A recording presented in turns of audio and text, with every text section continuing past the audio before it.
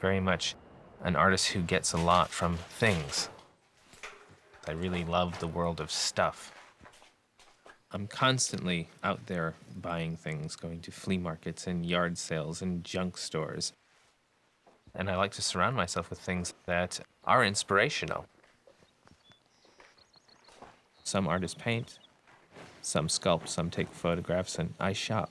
That's what I do. Sometimes those things stay in the barn, and sometimes they enter into my everyday life, and sometimes they become part of a sculpture, an installation. I really identify with the mission of the museum, where you go to gain knowledge through things. And I think that that's a mission that's very close to what sculpture is about and what installation is about, and what, for me, contemporary art is about.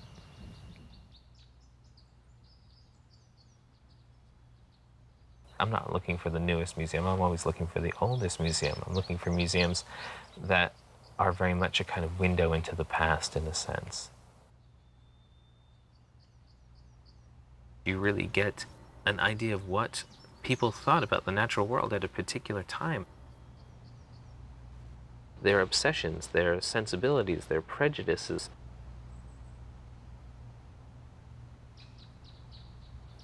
All of my ideas start here with writing and drawing and sketches, both conceptual and practical. There are a lot of tools that the artist has that the scientist doesn't have. Humor, irony, metaphor. These are sort of the bread and butter of artists.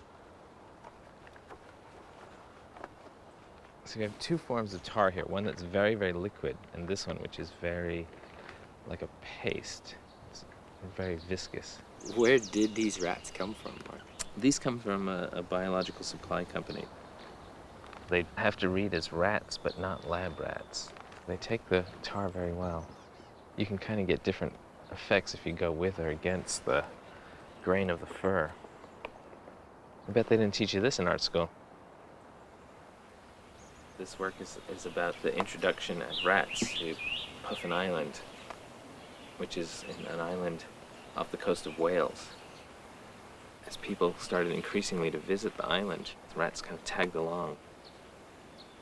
And soon, the Puffin colony was entirely destroyed.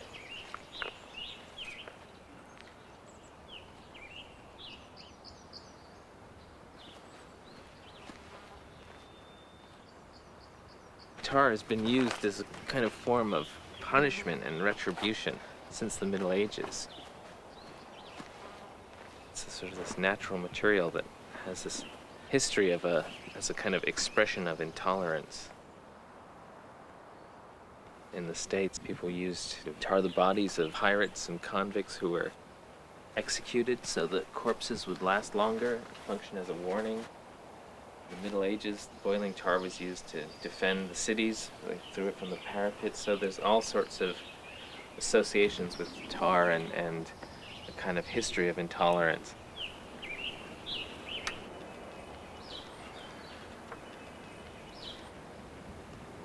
I think it looks pretty good. How many do we have left? Two left. That fills in that space.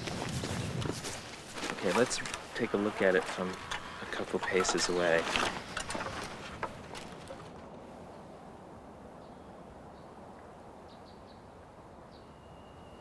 That's perfect.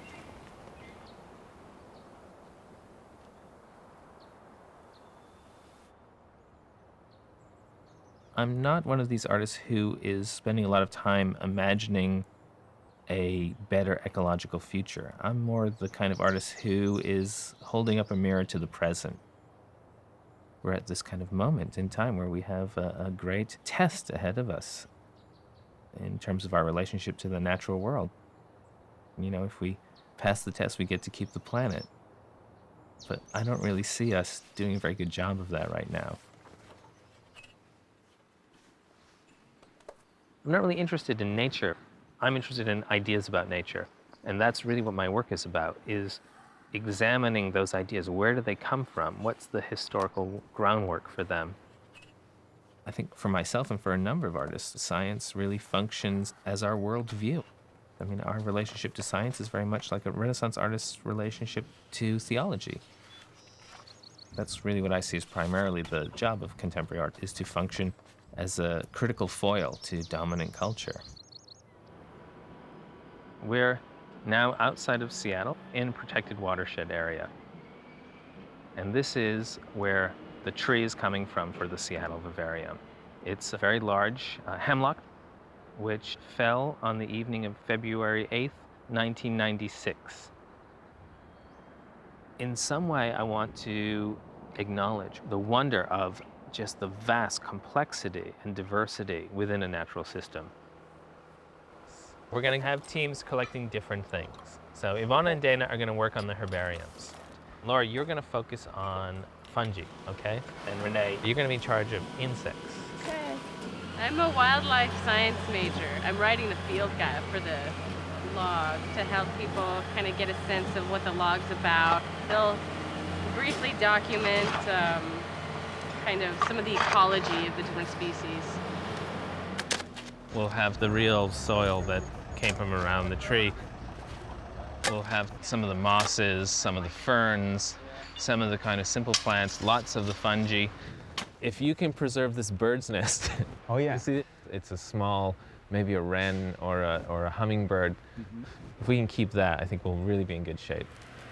There's all kinds of other stuff in here, of course, that's fallen from the forest canopy and is trapped in here. So we might have hemlock seeds or a whole variety of things that are already in this moss. On the tree is the basis of the next forest. The tree supports a living biosystem within it.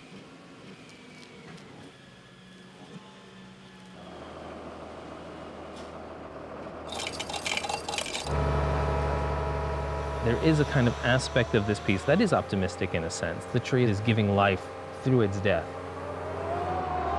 How's it looking, Horacio? Okay.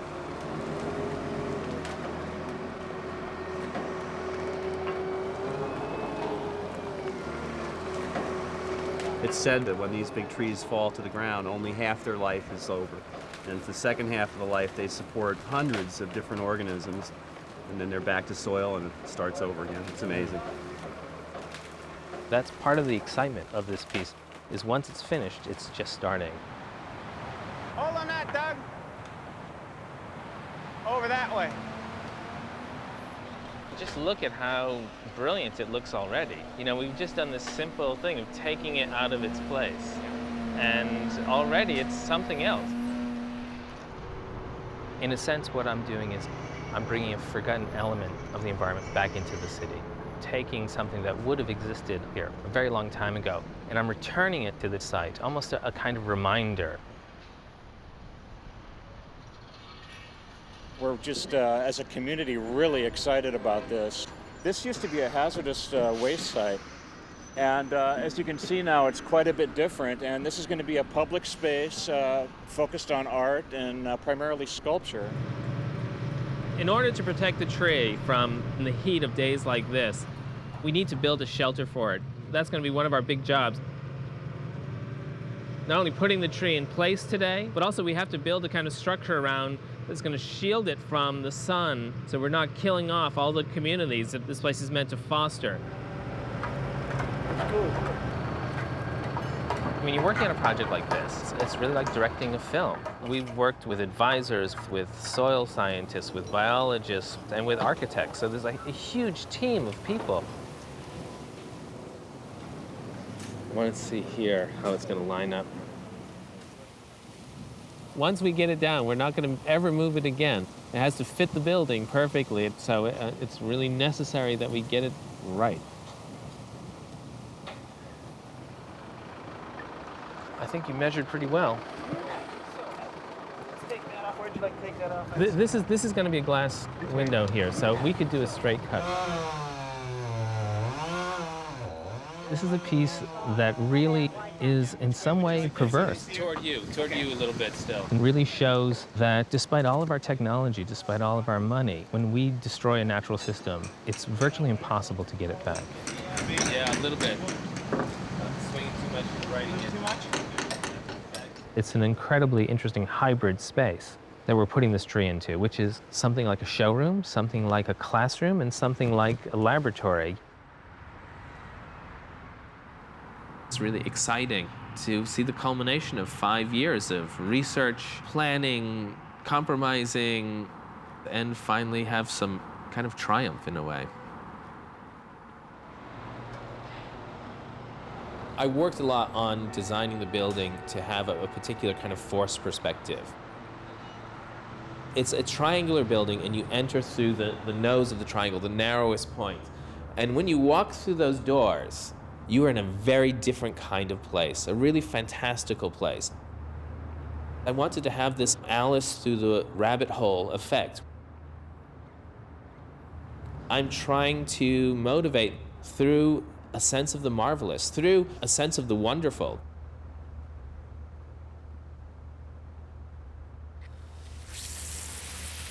This is not a natural space. This is really a very particular kind of garden that we're making.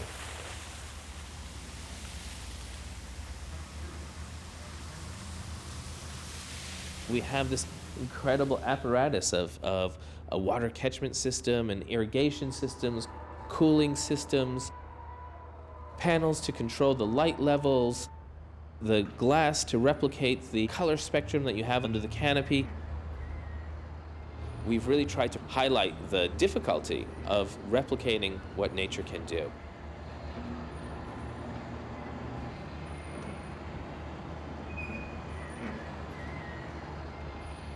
A number of tiles that were produced by some local wildlife illustrators.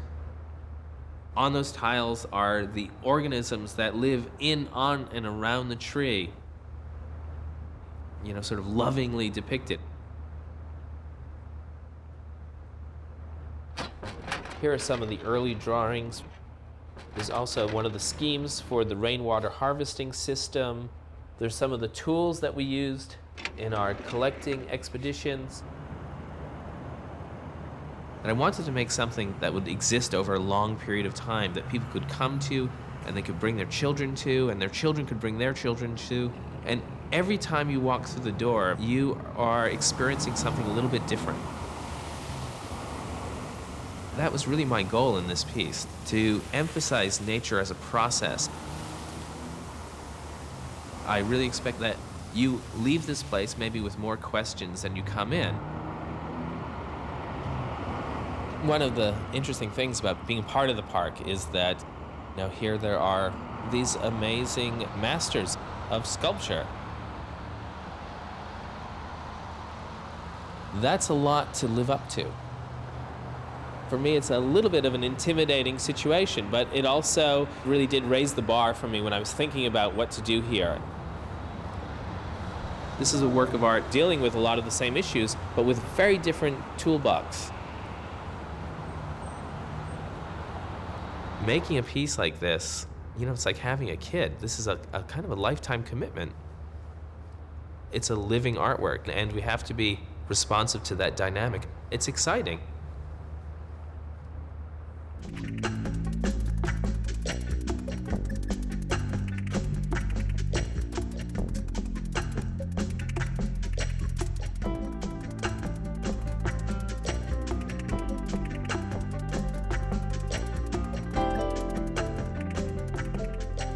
To learn more about Art 21, Art in the 21st Century, and its educational resources, please visit us online at pbs.org.